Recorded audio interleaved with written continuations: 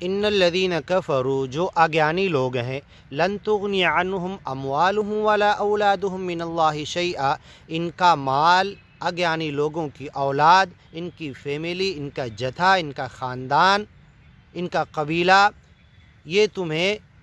لن تغنیہ کوئی فائدہ نہیں پہنچا سکتا، عنہم اموالہم ولا اولادہم من اللہ شیئا، اللہ کے مقابلے میں تمہیں کوئی فائدہ نہیں پہنچا سکتے۔ وَأُولَئِكَ هُمْ وَقُودُ النَّارِ، یہ تو آگ کا ایندھن بننے والے ہیں۔ كَدَأْبِ آلِ فرعون،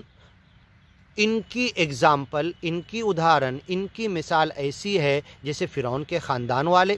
فرعون کا خاندان کھاتا پیتا، روپے پیسے دھن دولت جمع کرنے والا، انا ربکم الاعلیٰ کہنے والا، اور ملک کے اندر اس کا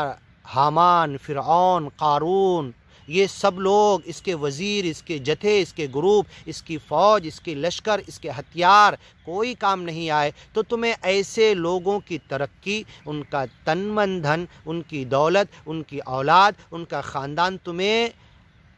متاثر نہ کر دے، تم اپنے گیان اور ایمان کے راستے سے نہ رک جاؤ۔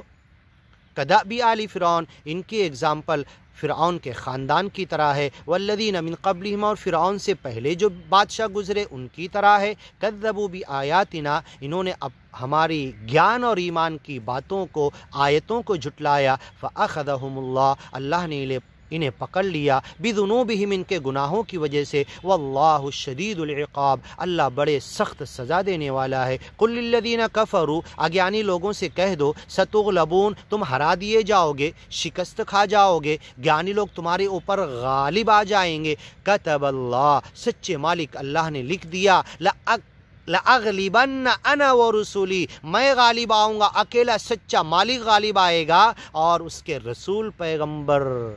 مرشد غالب آئیں گے۔ ستغلبون، تم ہرا دیے جاؤ گے، شکست کھا جاؤ گے، وتحشرون الی جہنم، تم جمع کیے جاؤ گے جہنم کی طرف، وبئس المہاد، بہت برا ٹھکانہ ہے جہنم۔ قد کان لکم آیۃ فی فئتین،